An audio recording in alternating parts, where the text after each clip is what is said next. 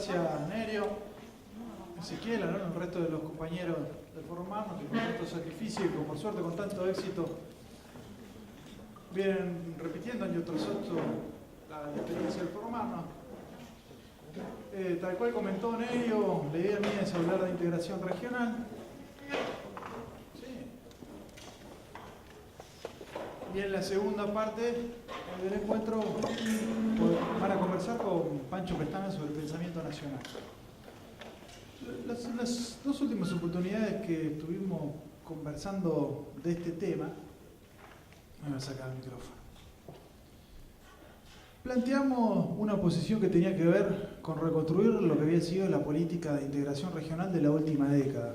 Porque para resumirla, y de mi humilde punto de vista, fue el punto de reconstrucción de la geopolítica latinoamericana más importante de los 200 años de vida independiente. Y digo reconstrucción porque la Argentina, antes de ser Argentina, en las provincias unidas del Río de la Plata, y antes éramos el virreinato del Río de la Plata. El virreinato del Río de la Plata es el actual Uruguay, Bolivia, Paraguay y la Argentina. Después tenemos Chile, que era una capitanía general, que tenía que ver con otra unidad más grande, de la cual también nosotros participamos, que era el Virreinato de las Indias. Entonces, en los encuentros anteriores de formarnos hablamos de ese, de que fue el ciclo de reconstrucción de la unidad geopolítica americana más importante de los 200 años de vida independiente, que habían generado distintos instrumentos de articulación, algunos económicos, como el Mercosur, otros económicos políticos, como la Comunidad Andina, y otros eminentemente políticos, como la UNASUR, que para los argentinos adquirió notoriedad porque su primer presidente o secretario general fue Néstor Kirchner. Y también otros ámbitos de articulación política, como es la Alternativa Bolivariana de las Américas, o ALBA, o la CELAC. Son muchas siglas, un poco marea, pero para eso hay un texto escrito, posiblemente a modo de síntesis, los invito a leer ese documento. Pero atendiendo los cambios que se vienen produciendo en los últimos 2 años, en el último año, yo me animaría a decir en los últimos meses, básicamente por el cambio político, ideológico, económico de la Argentina y potencialmente del Brasil. Me parece que los cambios de los últimos meses o de los últimos años, lejos de subestimar las exposiciones anteriores, me parece que ameritan estos cambios a hacer un poco más de hincapié en la circunstancia actual reciente. Por eso voy a hacer un ejercicio, insisto, más de reflexión sobre la actualidad geopolítica del continente, que es reconstrucción de esas otras experiencias que las podemos conversar como ustedes quieran en el momento de las preguntas. Primera cuestión fundamental, fui al revés. Yo estaba terminando. Primera cuestión fundamental que cambió en los últimos años es la relación relativa entre lo que produce América Latina y lo que importa América Latina. Y básicamente caen los precios de algunos productos de exportación. Y este es un dato bastante generalizable. A la soja, en el caso argentino, que no es nuestro principal producto de exportación, pero sí es una fuente de obtención de divisas. La divisa es aquella moneda que a la Argentina le sirve para comerciar con el mundo. Y en nuestro país es el dólar, como buena parte del mundo. Hay otras, pero innegablemente el dólar tiene una importancia como moneda de intercambio fundamental. Y uno va, no sé, a otro país de América Latina y llega un peso argentino, por ahí no te lo toman. El dólar sí. Y esto que uno puede ver como turista pasa como países. Después vamos a ver porque es una relación política, no es una casualidad. Pero la soja para la Argentina, pero también para Brasil o Paraguay. El petróleo, acá tengo acá adelante una colega venezolana, o el hierro en el caso de Brasil, pero podríamos seguir con el cobre chileno, o con el litio, que es un recurso que se usa para buena parte de los bienes tecnológicos que tiene Argentina, que tiene Bolivia. La caída de esos precios generó, en resumen, algunas de las cuestiones que están acá. Caída de crecimiento, recesión económica. Cuando uno analiza la asunción de Macri como presidente de la Argentina, uno puede analizar varias dimensiones de por qué el 51% del electorado toma una decisión tan fuerte y drástica de cambio de sistema. Uno podría decir no, porque los medios de comunicación, la justicia, el poder económico, eso son uno. Pero hay una cuestión que es innegable, que la Argentina entre el 2013 y el 2015 no crece o crece a tasas muy bajas. Por ahí lo que aparece por televisión de la pesada herencia es una construcción subjetiva, tendenciosa y mentirosa. Porque la Argentina no es que tuvo recesión, que achica su Producto Bruto Interno, pero sí está en una especie de meseta. Entonces, la situación de recesión económica en Argentina no determina el comportamiento electoral, pero innegablemente genera condiciones para que buena parte de la sociedad demanda un cambio. Ahí dice falta de divisas, esto fue buena parte de la agenda de discusión que se interpeló a las clases medias, no hay dólares. Cuando de Guillermo Moreno en adelante se avanza en un sistema de regulación un poco más riguroso de la compra de divisas, pero también hay cuestiones de deterioro social y mayor conflictividad social.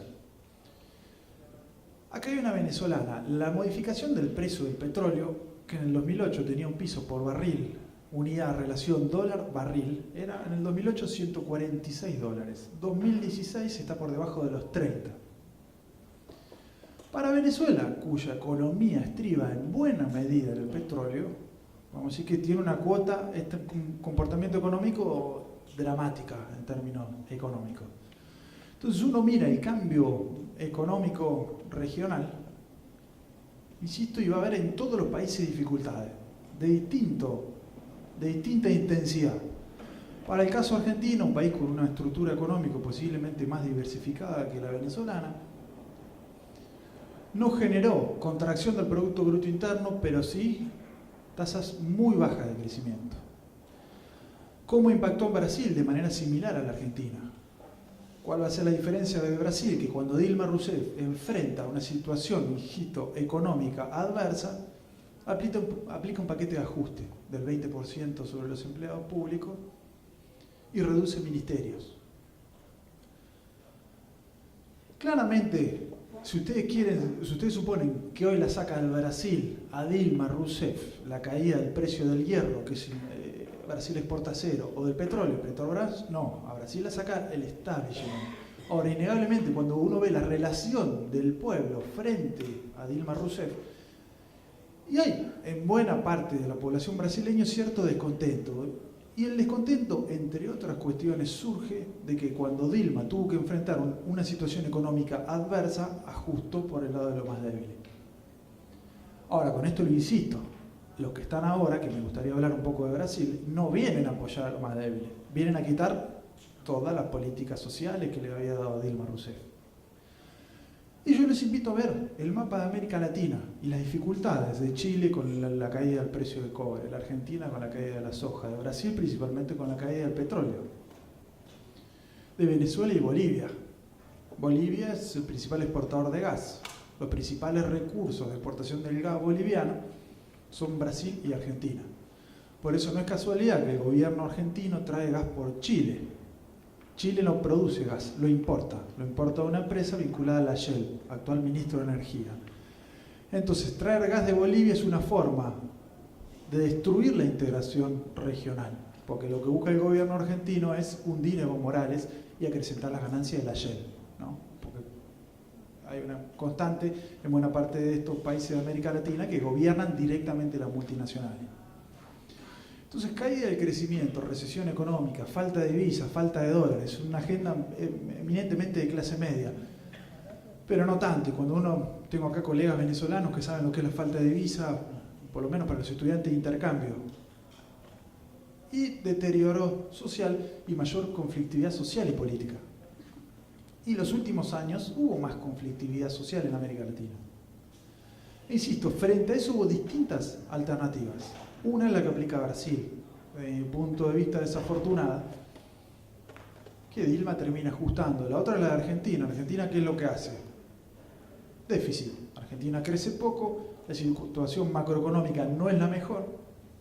Entonces, ¿qué es lo que hace? El Estado gasta más de lo que ingresa. Ecuación lógica, uno podría decir, hasta que cambien las condiciones macroeconómicas de la región. Hoy está claro que frente a una ecuación económica, la misma ecuación económica dice todo lo van a pagar los trabajadores y las empresas multinacionales van a ganar más. O sea, lo que está haciendo Cambiemos hoy también es una decisión política. Y podríamos discutir también por qué bajan las materias primas o por qué baja el petróleo.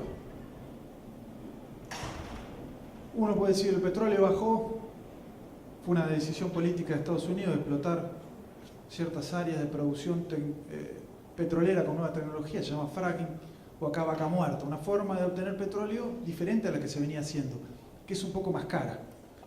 Y uno podría decir, ¿por qué con un precio de petróleo bajo Estados Unidos se la juega a invertir?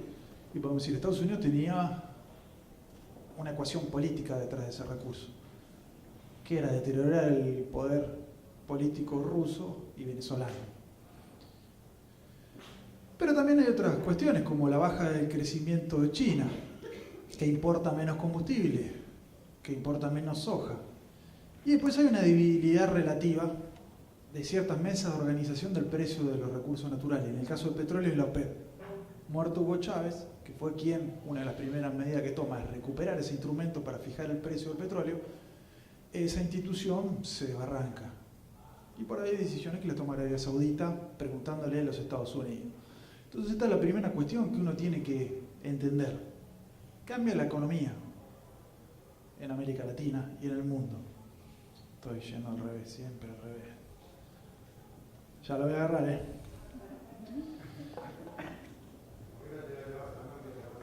Sí. Contextos nacionales cambiantes. Y acá nos metemos en un terreno que, con esto insisto, la economía no determina, pero sí genera contextos o induce contextos de posibilidad. Paraguay sin Fernando Lugo.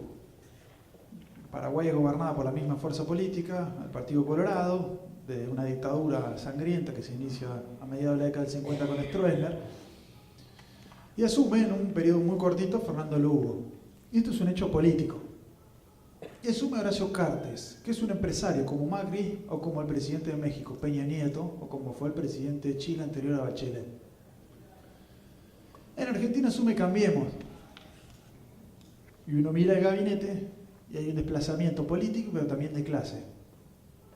El de Agricultura es un tipo de las Confederaciones Rurales Argentinas, los hombres del Banco Central y el Ministerio de Economía son hombres de JP Morgan, el tipo que maneja energía es un hombre de la Shell.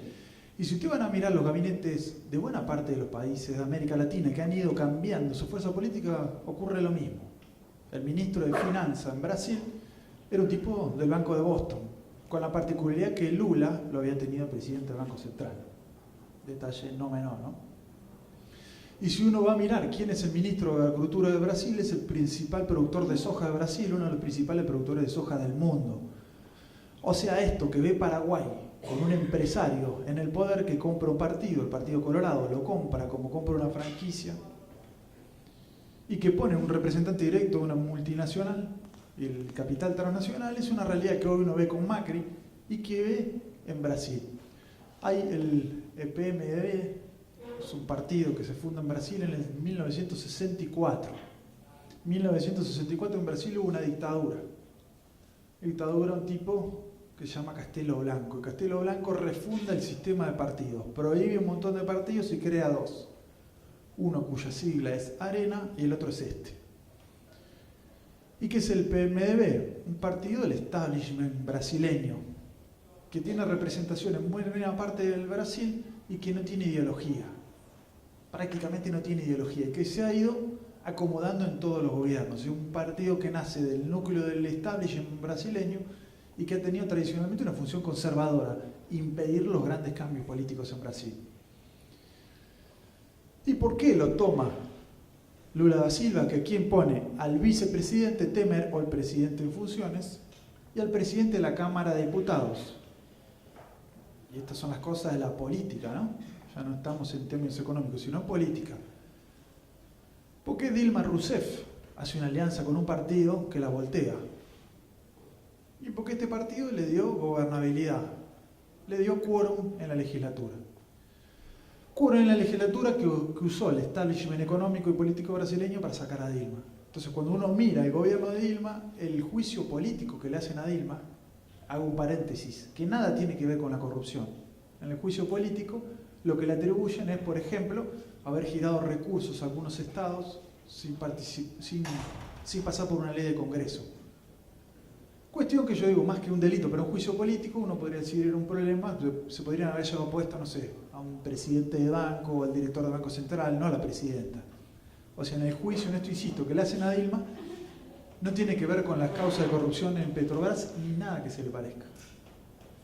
¿Y quién la inicia? Un diputado. Un diputado que hoy sacan del poder por sí estar vinculado a una causa de corrupción, a diferencia de Dilma Rousseff, que nadie le acusa de ninguna causa de corrupción. Y ese tipo era el PMDB, que inicia el juicio. Va a senadores y ahora hay 180 días para juzgar. Y yo creo que el cambio en Brasil, podemos decir que es el cambio más trascendente posiblemente a evaluar, porque todavía no está cerrado el ciclo, pero sí puede ser uno de los cambios más trascendentes de los últimos años en América Latina. Porque Brasil era un contrapeso económico, pero principalmente político-militar. En Venezuela hay un proceso revocatorio en curso, ahí lo que menciono son algunas actitudes. Por el proceso revocatorio, la idea revocatoria la introduce la Constitución de Venezuela, reformada por el comandante Hugo Chávez en el 99. Incluso Chávez la usa en el 2004. Cuando la oposición se la inicia, lo pone a consideración y gana. Ahí están las cifras.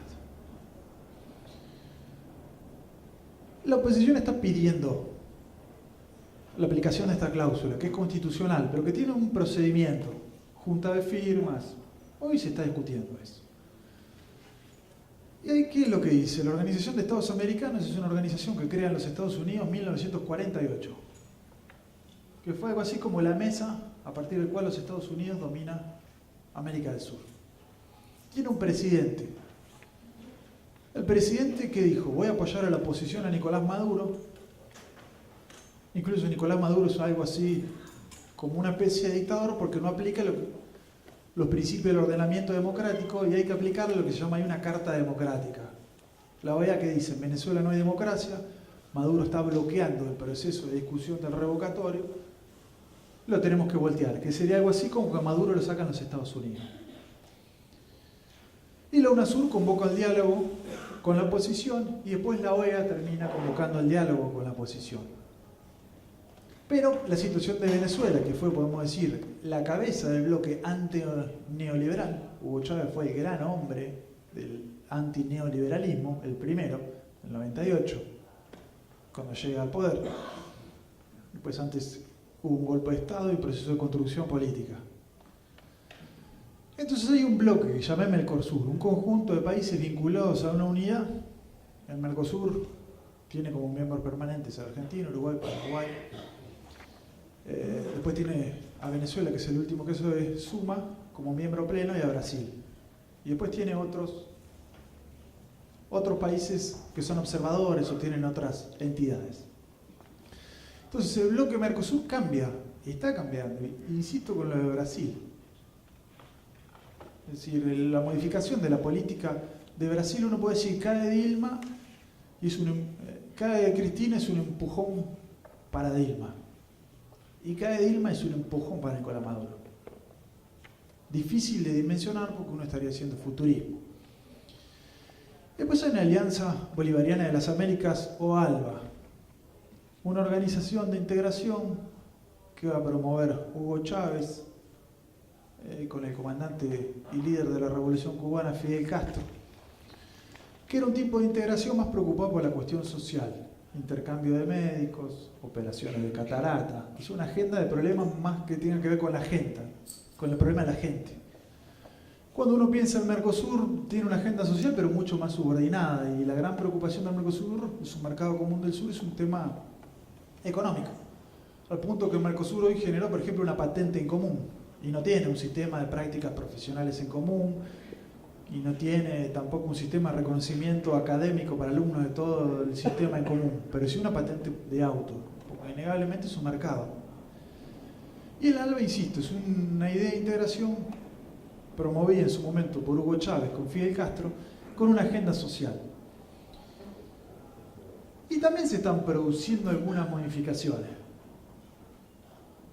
Bolivia, a diferencia de lo que está ocurriendo en Venezuela, o lo que está ocurriendo en Brasil está en recesión, directamente no crece.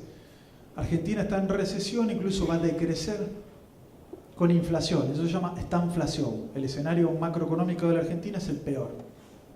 El país no crece, se achica, hay cada vez menos empresas y menos empleo, encima suben los precios.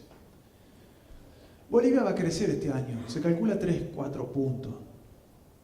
Pero más allá que la situación económica, insisto, se viene deteriorando por el precio del gas, el país sigue creciendo menos de lo que lo venía haciendo, pero sigue creciendo. Pero Evo Morales pierde un referendo por la continuidad presidencial. Plantea modificar la constitución que hace la Revolución Boliviana en el 2006, y la pierde. Entonces también políticamente uno puede decir, en Bolivia, aventurar algo ahora es muy apurado porque falta tiempo, pero también uno puede ver un revés electoral para esta idea de la integración. Cuba está en un proceso de apertura de los Estados Unidos. La Revolución Cubana genera una estabilidad de construcción política muy superior a todos los otros países. No sé, Argentina crecía 5 o 6, tasa del 7%, Venezuela, Cuba crecía al 1, al 2%, pero cuando los otros países decrecían a tasa del 2 o 3%, Cuba seguía creciendo al 1 o al 2%. O sea, Cuba ha generado un sistema de estabilidad política muy superior a todos los otros países, por muchos motivos. Es discutible si para bien o para mal, cada cual tendrá su idea, pero innegablemente en términos políticos ha generado una estabilidad que los otros países de América Latina no hemos tenido. Y hoy está en un proceso de apertura hacia los Estados Unidos. ¿Qué es para discutir? Y Ecuador, país que exporta gas, pero que también exporta alimentos, acá llegan las bananas de Ecuador, también tuvo manifestaciones en 2015 muy importantes. Rafael Correa había discutido una decisión que habían tomado las Fuerzas Armadas, y fue un golpe cívico, pero con una cuota también de descontento militar. Entonces, buena parte de los países de América Latina, no solo la Argentina, y con esto insisto, están cambiando. A ver, si voy para el mismo lado. Vamos bien. Entonces, ¿qué creo que es lo que está pasando en América Latina? Hablamos de cómo está la situación económica, o sea, lo que nosotros le vendemos al mundo. Hablamos de algunos hechos políticos. Uno mira, cambian gobierno, se pierden elecciones. Hay hoy un poder real, económico, judicial y mediático está recuperando el poder político. Y digo, esto es discutible, ¿no? El liberalismo dice, la economía es la presa del abuso político. Y uno para la economía liberal está constante. El Estado, el gobierno abusa. El Estado hay que limitarlo porque se abusa. El Estado es malo. Y lo débil es la sociedad o la economía. Yo creo que es al revés. Y hay un poder real. Y dónde está la realidad de ese poder? Por un lado, en una cuestión fáctica. Hoy uno agarra las 200 empresas que manejan el 80% de lo que exporta la Argentina, y uno dice es el poder real. ¿Por qué? Porque tienen la mayoría de la riqueza en volumen de exportación, en control monopólico de los mercados. Entonces hay un poder que es real. ¿Qué le da la realidad? El manejo de buena parte de los mercados de los productos de exportación y la estabilidad en el tiempo. Los gobiernos pasan, las oligarquías quedan. ¿Y cuál ha sido, para resumirlo, uno de los mecanismos de este poder real para recuperar el poder? Porque, insisto, uno lo podría medir incluso en tiempos de los últimos 100 años. Los pueblos han gobernado una década y media por país. El resto ha sido el gobierno de la oligarquía. Primero porque han unido las oposiciones partidarias. Y esto es interesante en verlo en Brasil. Dilma quedó sola, con un sector del Partido de los Trabajadores, uno o dos partidos más. El resto, todo el ala política, votó a favor de que la destituyan. casi todo el arco político votó para que destituyan a Dilma Rousseff. Entonces uno podría decir, che, bueno, puede hablar de los problemas políticos, ideológicos, el poder económico para comprar diputados, lo que quiera. Lo que es innegable es que la derecha se junta. La derecha se junta, y los argentinos lo vimos. La derecha se juntó, o por lo menos un sector de la derecha. Y uno puede decir, la izquierda o el nacionalismo popular revolucionario se junta, y es discutible. Por lo menos yo creo que en Argentina no. Ellos se juntaron, y lo nuestro, la estrategia para mí no fue la mejor. Segundo, hay una guerra mediática. Yo pongo Clarín, pero en Brasil pasa lo mismo. Brasil es un país mucho más grande que la Argentina. En superficie de kilómetros, en población, tiene 200 millones de personas. Y el único actor que dialoga con los 200 millones de brasileños es el Grupo Globo, la revista Abeja, que es algo así como la revista Gente acá en Argentina, en contra de Dilma Rousseff. Y uno podría ver lo que hace Cisneros en Venezuela, o Televisa en México, o el Mercurio en Chile. Claro que el presidente Piñera tenía acciones en el Mercurio de Chile. Pero como Cristina no lo tuvo en Clarín, así le fue. Y si tuvo algunos, era por las acciones de la CFJP, que ahora el establishment quiere recuperar. Entonces, insisto, hay un poder económico, poder real, que viene conspirando contra los gobiernos populares. Hay un poder mediático, y no es solamente la Argentina, e incluso es internacional. Hay como la CNN o Fox, pero uno podría ver la BBC inglesa. Y si ustedes tienen posibilidad de ver por internet, y van a ver una CNN Turquía, una CNN o el otro Brasil, y ahora posiblemente haya una CNN Argentina. Cuando vino Obama, negociaron el ingreso de capitales norteamericanos, y una de las cosas que quieren comprar es Canal 11 o Telefe. Y por eso Clarín le dedicó algunas tapas a criticar a Macri, porque no quiere que los norteamericanos se queden con el negocio del fútbol y de este canal. Si ustedes suponían que lo hacían para mover la verdad, no les quiero pinchar un globo. Entonces hay una guerra mediática, que no es Argentina, ojalá fuera solo Argentina, sino una guerra mediática. La historia de los medios de comunicación de masas es la historia de nuestra oligarquía. Y hay una acción judicial. Ustedes ven, che, lo de Bonadío en la Argentina, que inventa causa. El título de Cristina, el dólar futuro de Cristina.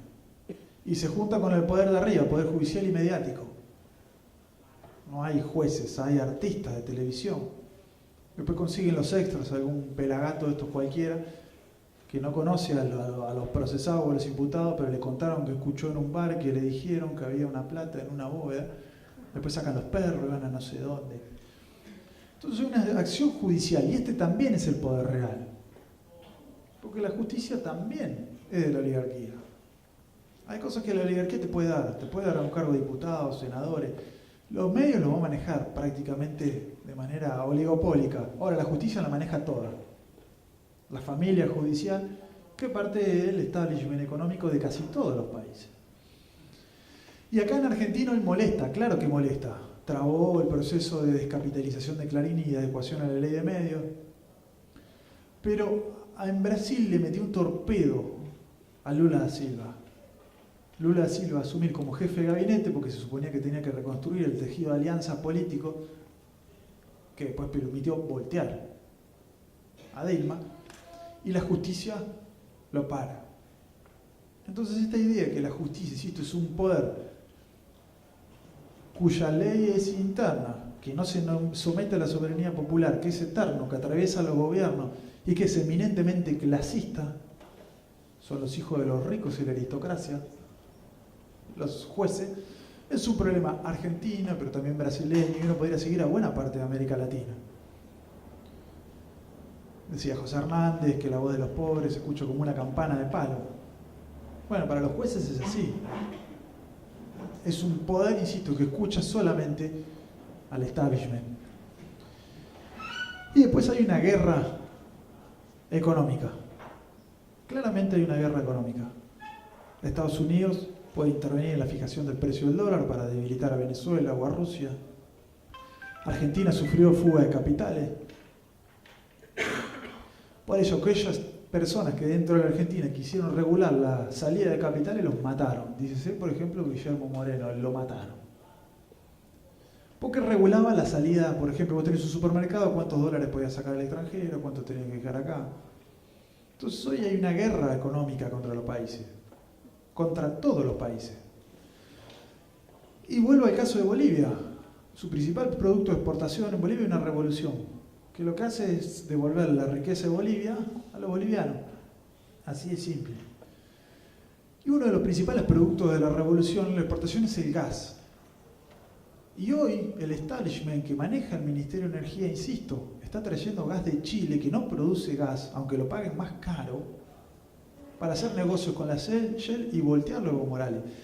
Y si el Brasil, aunque Brasil no sale al Pacífico, no sé, habría que ver, le va a ser más difícil, porque Brasil no tiene salida al Pacífico, aunque nosotros vamos por Chile. Si Brasil toma la misma decisión, el gobierno de Temer toma la misma decisión que Aranguren de Shell, o ministro argentino, no sé, elijan cómo lo van a llamar ustedes, y Evo Morales va a tener serias dificultades de gobernabilidad. Por eso digo que hay una guerra económica.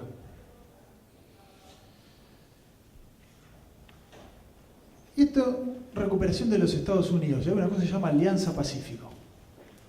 Yo le comentaba, en las dos clases anteriores al formarnos hablé más de la UNASUR, de la CELAC, del ALBA, que eran todos los instrumentos de organización regional creados en Sudamérica para los sudamericanos. Ahora, ¿qué es lo que está pasando? Nos traen esto que se llama la Alianza Pacífico, Pacífico es un océano,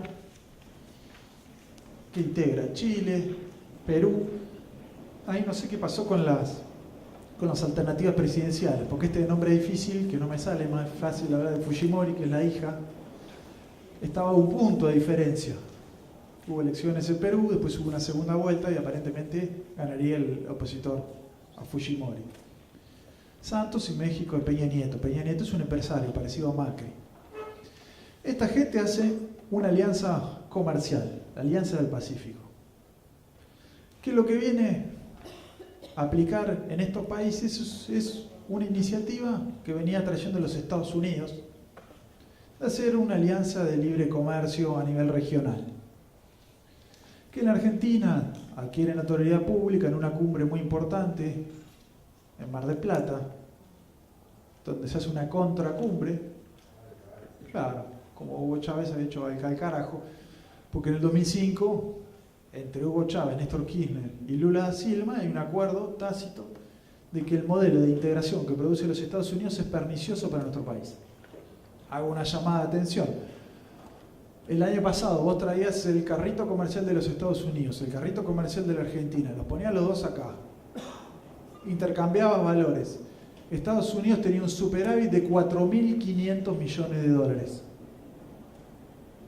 Insisto, las relaciones comerciales de la Argentina en el 2015 beneficiaban a los Estados Unidos 4.500 millones de dólares al año. Entonces la Alianza del Pacífico, ¿uno qué supone?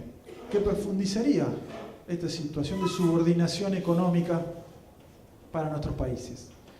¿Y cuál es la particularidad? Que en el 2011, ustedes ven acá quiénes los impulsan. Pero hoy vino el canciller de Brasil, José Serra. En Brasil vos tenés tres grandes partidos, se suponía: el PT, que está en funciones, o estaba en funciones, el PMDB, y el Partido Socialdemócrata, que acá se hizo conocido por un sociólogo que escribía por izquierda y gobernaba por derecha, que era Fernando Henrique Cardoso. El canciller, o sea, quien le maneja las relaciones exteriores a Brasil hoy, es un tipo del partido de Fernando Henrique Cardoso. Y que vino a la Argentina y se juntó con Susana Malcorra, también una chica de los negocios de las multinacionales. Y los dos acordaron que la Argentina entraría a la Alianza del Pacífico y que le daría facultades a los Estados miembros del Mercosur para hacer tratados comerciales. Y ahí vos lo que estás haciendo es disolviendo el Mercosur, porque el Mercosur es un pacto económico. ¿Qué te impide? Articular otros pactos económicos. Incluso sería esperar que si el Mercosur se desarrollaba en profundidad en términos económicos, por ejemplo, iba a haber una política monetaria en común. Esto que la Argentina devalúa, que Brasil devalúa, en algún momento vos tenías que tender a esas cuestiones, ese tipo de políticas nacionales desaparezcan. O directamente se juntan, insisto, un tipo que es José Serra, ningún improvisado, había sido adversario electoral, 2 candidaturas a la presidencia frente del Partido de los Trabajadores. Y discuten seriamente entrar a la Alianza Pacífico. O sea, generan un sistema de integración económica al margen del Mercosur, en sintonía con el ALCA. Que implica un paquete de negociación de importación y exportación, pero también de patentes, de erradicación del conocimiento, de intercambio científico-tecnológico. Que, insisto, lo venían impulsando desde la década del 90 y en el 2005, por decisión de Lula, Néstor Kirchner y Hugo Chávez, principalmente, eso se frena. ¿Y qué parecería hoy, a diferencia del 2005, ya que estamos hablando del no al ALCA, que Estados Unidos hoy tiene nuevamente una agenda para América Latina? Y digo, ¿qué maneja Estados Unidos ahí? La divisa, el dólar y Wall Street, que es la bolsa de valores. Para los argentinos que tienen esa fiebre con el dólar, ese fetiche, pero también es un fetiche muy poderoso en términos económicos. Es la divisa, ese patrón de intercambio, como era la sal, ahí era salario. Entonces, Estados Unidos hoy es el primer exportador de su deuda. La principal deuda externa al mundo la tiene Estados Unidos, el principal tenedor de bonos es China. Y una de las cuestiones que le da poder a Estados Unidos es el dólar. Pero también Estados Unidos sigue teniendo control judicial. Fíjense este disparate que un conflicto de deuda externa lo discutamos con Gresa, que es un juez de baja monta de un tribunal de los Estados Unidos. Esta idea que los conflictos financieros se dirimen en mesas extranjeras se instaura cuando cae Perón, después del 55, que entramos al Fondo Monetario Internacional y al Club de París. Y después en los años 90, las negociaciones con las empresas las metemos el CIADI, el Tribunal Arbitral del Banco Mundial. Entonces te estafa una minero, te estafa Walmart o Carrefour y vos vas a una mesa a discutir la estafa donde la manejan ellos. Y tiene poder cultural. Incluso podríamos decir que esta computadora es muy factible que ya se haya hecho en China, es muy factible que muchas de las cuestiones que tengan ustedes sean chinas o japonesas, pero la cabecita nosotros somos una semicolonia de Norteamérica. Si uno diría, hay una dependencia cultural en la Argentina reciente con los Estados Unidos. Ropa, música, el software de estas computadoras. Buena parte de la cultura argentina está norteamericanizada. Entonces ahí, después hay una cuestión innegablemente militar. Sigue siendo Estados Unidos hoy un peligro militar, que tiene bases militares en Colombia, pero también la tiene en Perú, también la tiene junto con los ingleses en la OTAN, aunque en Malvinas, aunque los ingleses la nieguen. Los ingleses dicen es una base nuestra, es una base de la OTAN. La OTAN es una mesa donde tiene intereses los Estados Unidos. Entonces dejo solo una pregunta. Insisto, si uno ve cambiar la composición política de clase e ideológica de Argentina a Brasil, por decir algo. 2 pilares fundamentales de la UNASUR. Digo, la caída de los gobiernos populares de Argentina y Brasil, por mencionar algunos, o la debilidad relativa en términos históricos de Venezuela, Ecuador, Bolivia, podría darle poder a una mesa de negociación política de los Estados Unidos que es la OEA. Segundo, yo estoy convencido que un programa de saqueo de estas dimensiones no se dirime meramente en las urnas, sino que va a haber mucho conflicto social en América Latina. Salvo que ustedes supongan que los pueblos sudamericanos se van a suicidar. Porque este problema social de la Argentina, uno lo lleva a buena parte de los países con gobiernos neoliberales.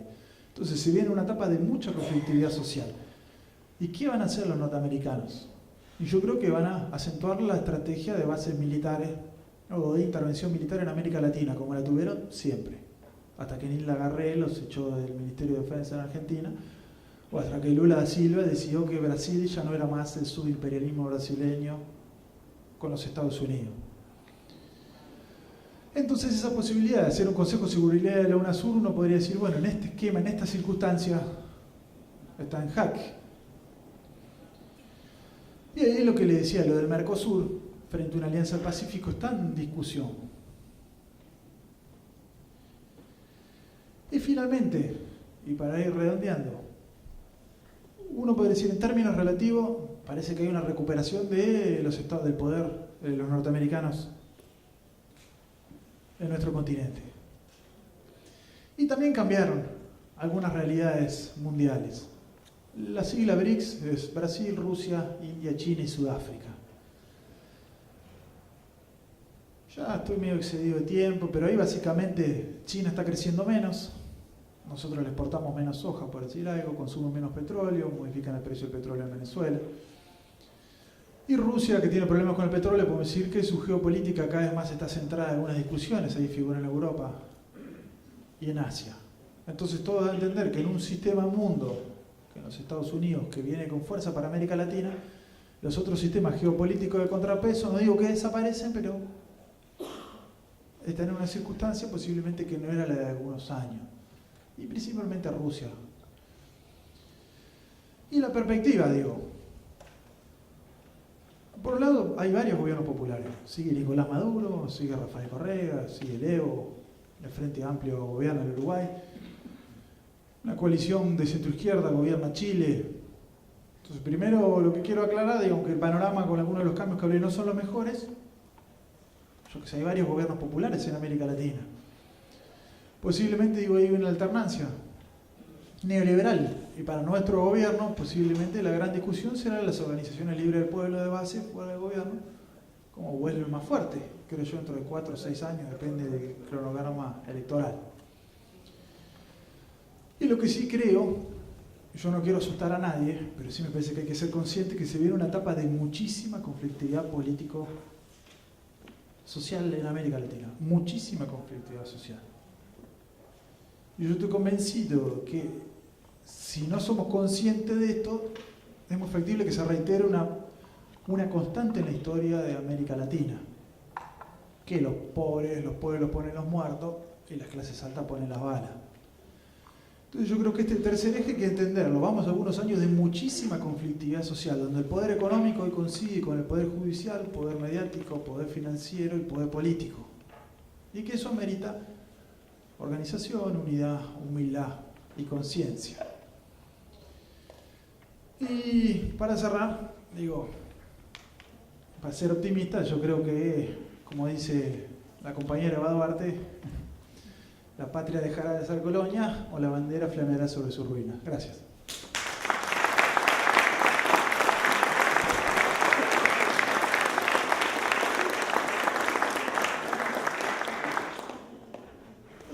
Bueno, ahora seguimos así. Vamos a tomar algunas preguntas. Les pedimos que sean preguntas concretas y que se puedan responder en este espacio. De todos modos vamos a tomar un par, seguramente hay muchas más. En ese caso, les pedimos que nos la pasen en el momento del taller, que la anoten, nos la pasen, y nosotros después se la vamos a hacer a dos docentes que son tan de la casa que ni siquiera les pedí permiso para hacer esto, pero después lo vamos a filmar con las preguntas que ustedes tienen y vamos a subir esos videos al Facebook, si están de acuerdo. Así que bueno, el que tenga preguntas.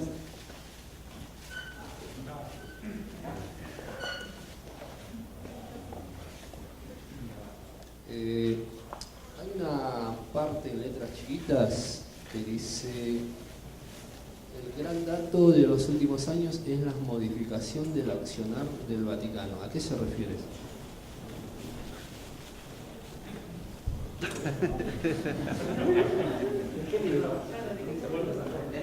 Sí, se lo termino. Sí, es mía. Sí, cuando el principal continente católico es Latinoamérica, el mundo. O sea, el mundo tiene diversas religiones, el catolicismo es una, hay otras. Y dentro de la religión católica, una de las principales continentes en términos poblacionales detractores de esa religión es el catolicismo. El Vaticano es un país, políticamente es un país, que está radicado en otro país, que es Italia. Y es un país que tiene estructuras económicas y tiene mucha influencia política. O sea, más allá de la cuestión religiosa, es una organización de poder. Hoy se dio un hecho inédito en términos civilizatorios, que es en la conducción del Vaticano, o sea, de ese poder político que está a la cabeza de una religión mayoritaria en América Latina, y un argentino con concepciones sociales y políticas sumamente avanzadas para este mundo. Entonces ahí, cuando uno ve a la política internacional, y uno puede decir tropezó Dilma Rousseff y Brasil, no tenemos, no sé, Tajana, el canciller Timerman en la ONU, y va Malcorra. Ahora, en la agenda de discusión de la política internacional está el Papa Francisco, y que innegablemente en buena medida su planteo de la relación con la naturaleza, de la relación entre el hombre, la economía y la justicia social, entre la paz y la guerra en el mundo, me parece que es un tipo que realmente está marcando una tendencia contraria a lo que es la posición hegemónica de los Estados Unidos y de Europa pisoteada por dos potencias, Alemania y Francia. Entonces me parece que es un dato que destaco ahí porque es sumamente relevante. Digo, no es simplemente un tema de religión, sino un tema de política. Creo que hoy el Papa Francisco, me animo a decirlo, de los pocos líderes mundiales en un estado muy chiquito geográficamente, pero muy poderoso en términos culturales y financieros incluso, está planteando una crítica al sistema neoliberal.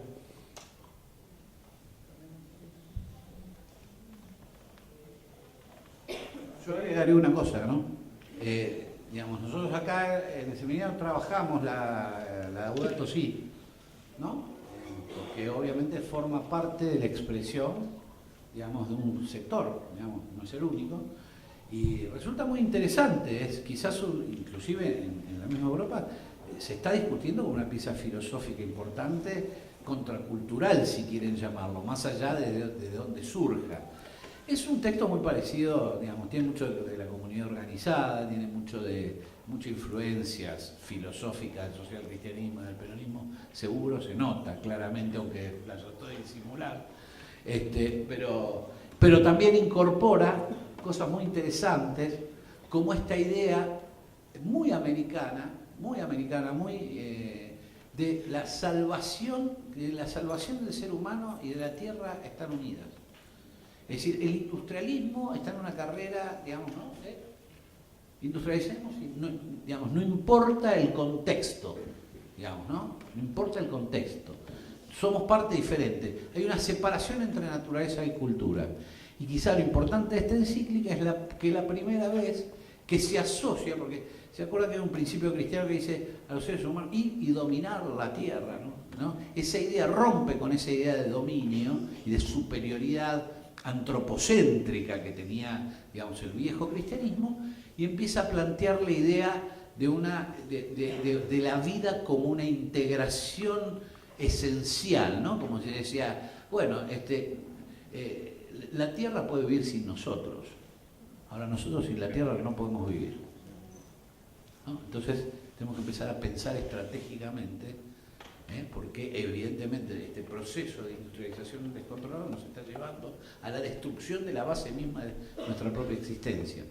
Cosas interesantes que posiblemente pueden ser inconcebibles en cualquier texto emitido por el Vaticano hace los años anteriores. Cosas que tienen cosas interesantes para mirarla y ver. Discúlpame que te interrumpí.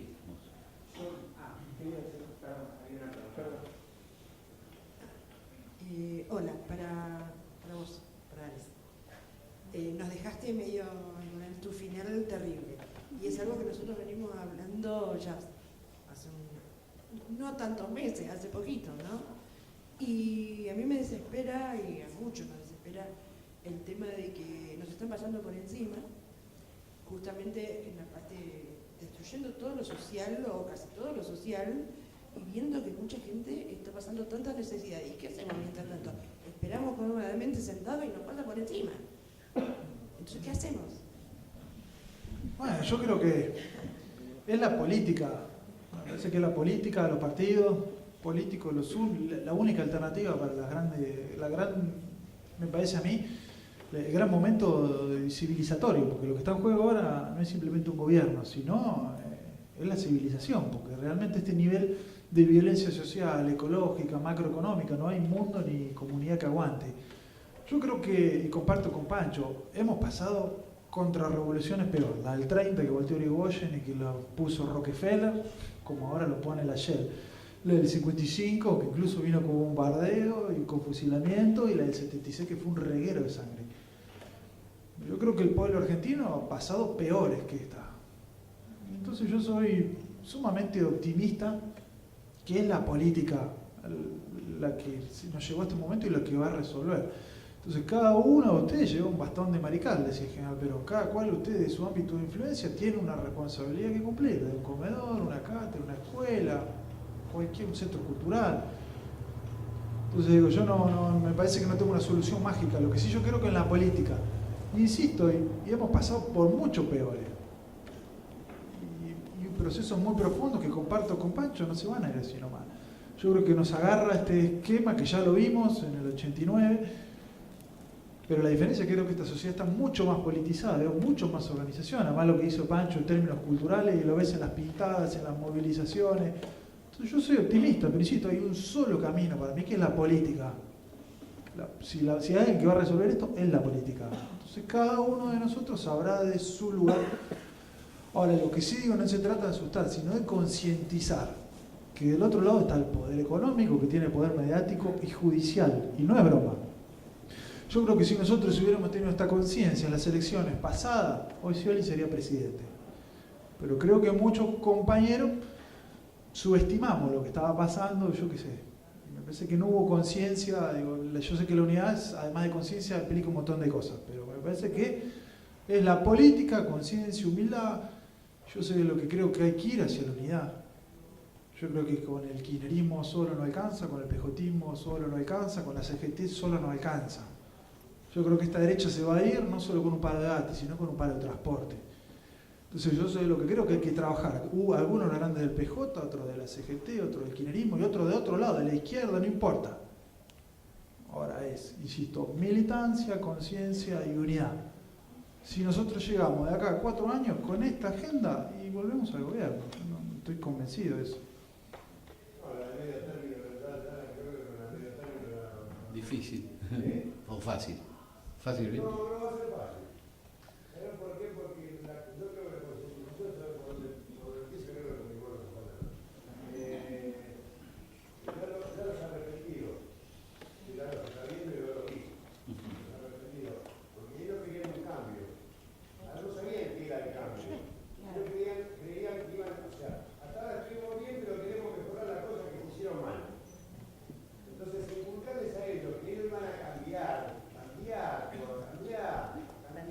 Eso es lo que nos costó. Creo que no lo pudimos hacer, no lo pudimos, o no lo quisimos, no sé. Porque la última semana nos dimos cuenta de un montón de cosas, antes de las elecciones generales, después de la verdad. Y fue ahí donde se vio bien claro el panorama. Pero tuvo que salir la militancia a hablar. Yo creo que los dirigentes no estuvieron a la altura de las circunstancias. Y cuando digo dirigentes, digo gremiales, dirigentes de base, todo lo que pueden haber hecho algo. No lo hicieron. Y la militancia salió por lo menos a defender hasta el 49% de eso. Y los otros que creyeron que iban a cambiar para mejorar, no sabían lo que venía. Pero después de la misma explicación lógica. Pensemos en los chicos que nacieron, digamos, no nacieron, pero que se criaron en los años 2000 para adelante. Eso no tenía la historia.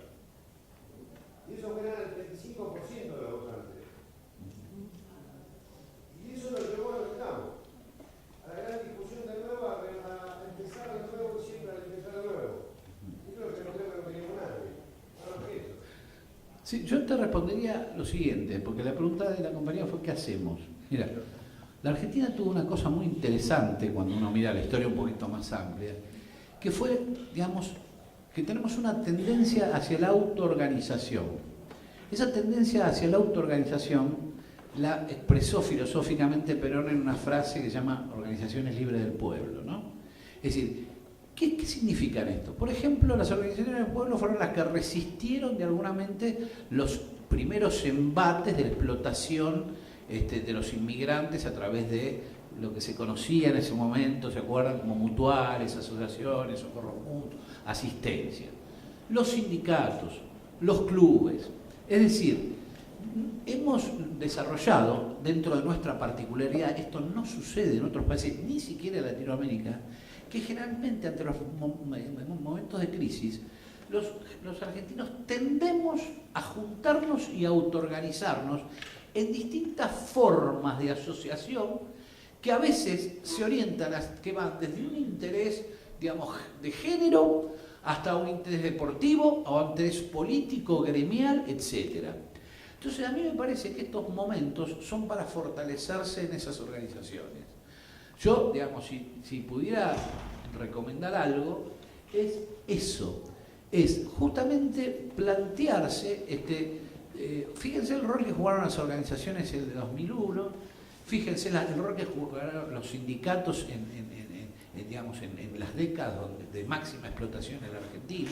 Los sindicatos son o deberían ser organizaciones. Lo que hay que tener mucho cuidado es que esas organizaciones libres del pueblo sigan siendo libres. Y esta es una advertencia para el futuro. Vos hablabas de los errores. Un texto que está muy poco difundido, Perón decía que a las organizaciones libres del pueblo hay que ayudarlas a caminar para que crezcan, pero no hay que sostenerlas en el subsidio permanente, porque terminan siendo parte del Estado, y la naturaleza es que no lo sean, que coadyuven al Estado.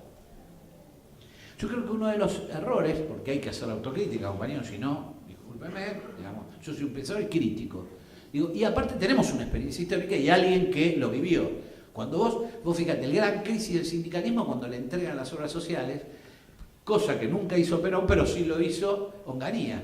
¿Por qué? Porque sabía que a partir de ahí construía una clase sindical empresarial. Cuando vos una organización libre del pueblo la tenés atada al subsidio permanente, esa organización abandona la mayor potencia que tiene, que es la capacidad de crear y de desarrollar acciones para, hacer crecer y perdurar esa organización. Entonces nosotros tenemos que pensar que en estos momentos, obviamente algunos se dedican a la militancia política, otros se dedican a la militancia universitaria, pero los compañeros que provienen de organizaciones sociales, hay que volver a las organizaciones a crear esas, a recrearlas, pero ya desde una visión de la idea, ya no, que el subsidio es un elemento que nos ayuda a caminar, es como los chiquitos, nos tiene que ayudar a caminar, pero no es el elemento esencial para caminar permanentemente, porque terminan presas del mismo problema que el Estado. Y esto se ve, yo no voy a nombrar, pero lo podemos ver en organizaciones muy fuertes, que a mí no me importa la cooptación o que una organización adhiera políticamente a un proceso, para nada, al contrario, uno quiere que una organización, pero que no esté anudada al destino del Estado. Eso es lo rico que tienen las organizaciones libres del pueblo. Entonces los dirigentes de las organizaciones libres del pueblo tienen que ser muy cuidadosos en esto. Sí, recibir el subsidio, y lo necesito, obviamente, pero también generar posibilidades de subsistencia propia que no me aten a mí al destino. Y entonces eso permite seguir cumpliendo con la función.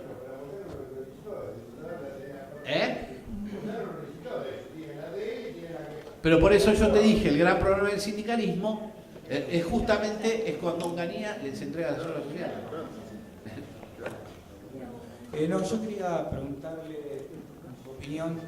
El Papa siempre dijo que los gobiernos tenían que tratar de tener modelos inclusivos que no dejen afuera ni a los jóvenes ni a los adultos, y que tenían que tener modelos para que haya para toda la población tierra, techo y trabajo. Y quería saber si a usted le parece que el partido judicial, después de la reunión que tuvo el Papa con algunos jueces, esté dividido y algunos tal vez trata de poner un freno a algunas políticas de Macri o a algún ministro como Aranguren. Bueno, acá el compañero Pancho es abogado, puede opinar más que yo. Yo creo que, insisto, el Vaticano es un Estado junto a otros Estados, es un factor de poder contra otros factores de poder, y dentro de la institución Iglesia es muy grande, muy compleja, y hay de todo. La institución judicial también hay de todo. Yo creo que innegablemente los trazos generales del sistema judicial es la mal llamada familia judicial, porque en realidad más que una familia, que un vínculo de hermanos, primos, es, vamos a decir, la corporación judicial. Me parece que es hegemónica. Yo estoy convencido que la justicia argentina en buena medida, es decir, reproduce los grandes intereses de un núcleo conglomerado de factores de poder económico, pero también poder político y otro tipo de crimen organizado. Buena parte del crimen organizado en Argentina sobrevive no por el comisario, que es el eslabón más débil del sistema, sino principalmente por el Poder Judicial. Por eso creo que todo lo que pueda hacer Francisco u otros sectores tendrán influencia. Yo también creo, e insisto, el Poder Judicial es grande y hay distintos sectores y creo que dentro de esa puede que haya buenos jueces, tipo con buenas intenciones, con buenas prácticas. Ahora insisto, dentro de un sistema que es como sistema oligárquico, porque digamos la verdad, el sistema desde su forma de ingresar, de trascender, de ascender, es un sistema oligárquico de poder. Entonces creo que hay muchos buenos compañeros ahí adentro. Y creo que toda la acción, sea la del Papa o la de otros compañeros, va a aportar. Ahora, lo que sí vimos que en el debate de la democratización de la justicia, ahí vimos claramente la diferencia entre el poder político y el poder real. El poder político sanciona la ley, el poder real se la baja. Entonces me parece que esa ecuación, intervención del Papa mediante, hoy no se varió, pero bueno, habrá que seguir acumulando para que se modifique. Yo no sé de lo que hablaron, pero me imagino que el Papa seguramente le habrá dicho, porque conoce la Argentina no necesita abogados, necesita más justicia, que son dos cosas totalmente diferentes.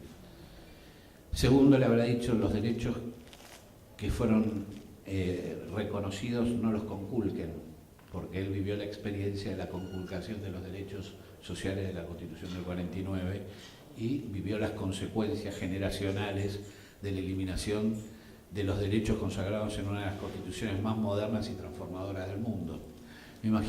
Segundo, me imagino que habrá hablado de la necesidad de que los jueces abandonen el derecho, positivo y empiecen a trabajar sobre el valor justicia. Es decir, no puede ser que en la Argentina los presos sean los pobres y que no haya un juzgamiento al poder. Y cuando hablo de poder, no hablo de poder político. Es decir, yo me estoy imaginando, primero porque no soy un hombre de la Iglesia, pero me imagino, por la trayectoria y por el discurso que tiene Bergoglio, por lo menos desde que es Papa, es ese. Y obviamente también él debe percibir, que si sigue la conculcación de derechos que ustedes están viviendo en sus barrios y en sus lugares cotidianamente, y lo estamos viviendo todos, que contribuyan evidentemente a evitar que eso suceda, porque eso va a generar o puede generar, una convulsión social muy importante. Es decir, que la justicia no es un poder que está aislado de la sociedad, sino es un poder que tiene responsabilidad o corresponsabilidad en las crisis, la justicia. Porque la justicia, eso fue una función estadual, es una función de administración, no es un poder, es una función en todo caso, ¿no? Que cumplan esa función, la de que en la Argentina empieza a aparecer la idea de que la justicia es para todos y no para algunos, ¿no? Me imagino que de eso habrán hablado. No lo llamé hoy.